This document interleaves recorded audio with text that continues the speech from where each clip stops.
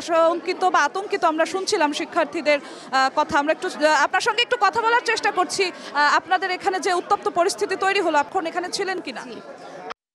আমি ছিলাম তারামনে, আমি এই হলের ক্যান্ডিডেট, সেন্ট্রাল ক্যান্ডিডেট। যদি কোনো সমস্যা হয় হলের মেয়েরা তো আমাদেরকে, আমি আছি উনি আছেন, আমাদেরকে না জানিয়ে কোন একজন ভোটারের অভিযোগের বেসিসে একটা নির্দিষ্ট দলের লোক ৬-৭ জন ছেলে নিয়ে ২ তলা পর্যন্ত উঠে গেছে। কারা উঠেছেন? ছাত্র দলের ভিপি পদপ্রত্যাশী এবং তার সাথের লোকেরা, এবং তাদের অভিযোগ ভোট কারচুপি হচ্ছে। ভোট যদি কারচুপি হয় অন্যান্য প্যানেলের মানুষরা কি আমাদেরকে জানাবে না?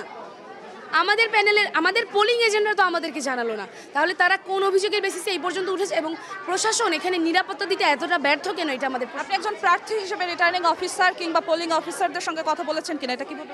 এই বিষয়ে আমাদের তাদের সঙ্গে কথা হয়েছে এতটুকুই যে ভোটে কোনো কারচুপি হচ্ছে না। পোলিং এজেন্টরা ওই মুহূর্তে আমাদেরকে জানিয়েছে যে হ্যাঁ, আমাদের ভোট গ্রহণে কোনো কারচুপি হয়নি। সেই রকম একটা জায়গায় দ্বারা এরা আসলে কোন অভিযোগের বেসিসে ঢুকে এবং সেইটাকে আসলে প্রশাসন